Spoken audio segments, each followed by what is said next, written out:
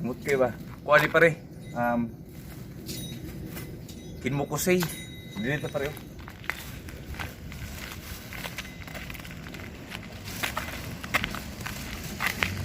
Monthly schedule sa basura nya gi-check na mo kung sa ba.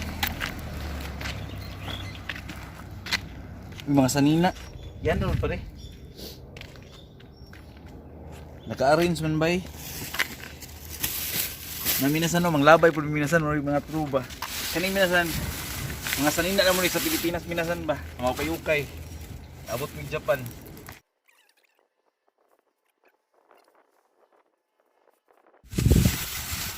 Nana minasan no, katong ginasuot man ko, good.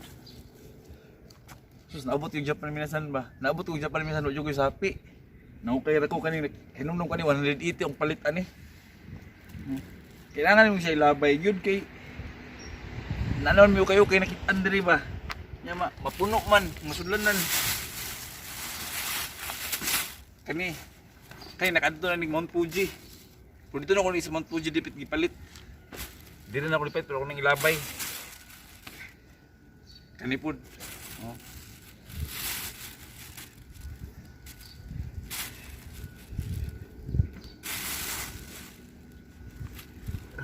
Labay ni minasan kay pangilisan naglibay pa ukay diri. Medyas. Padul pare. Saka kusog sa washing minasan matanawar ang medyas so di na magunit lagi. Aw ang brief ba. Wala na. Ang labay na.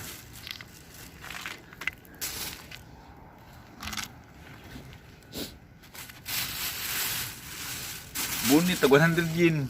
Piting katulas ulo. Ilabay na ako ni. Yan eh. Uy, kapregador ni. 10,000 yung palit ni. Stagum.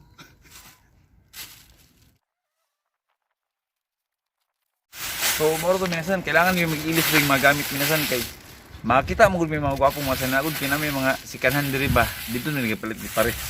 Ano to mga daan na mong sanina, syempre ga. Kusik-kusik ram tog space sa mo abaw niya. Mga pangit na bugay, mo nang ilabay na. Salamat kayo na sana.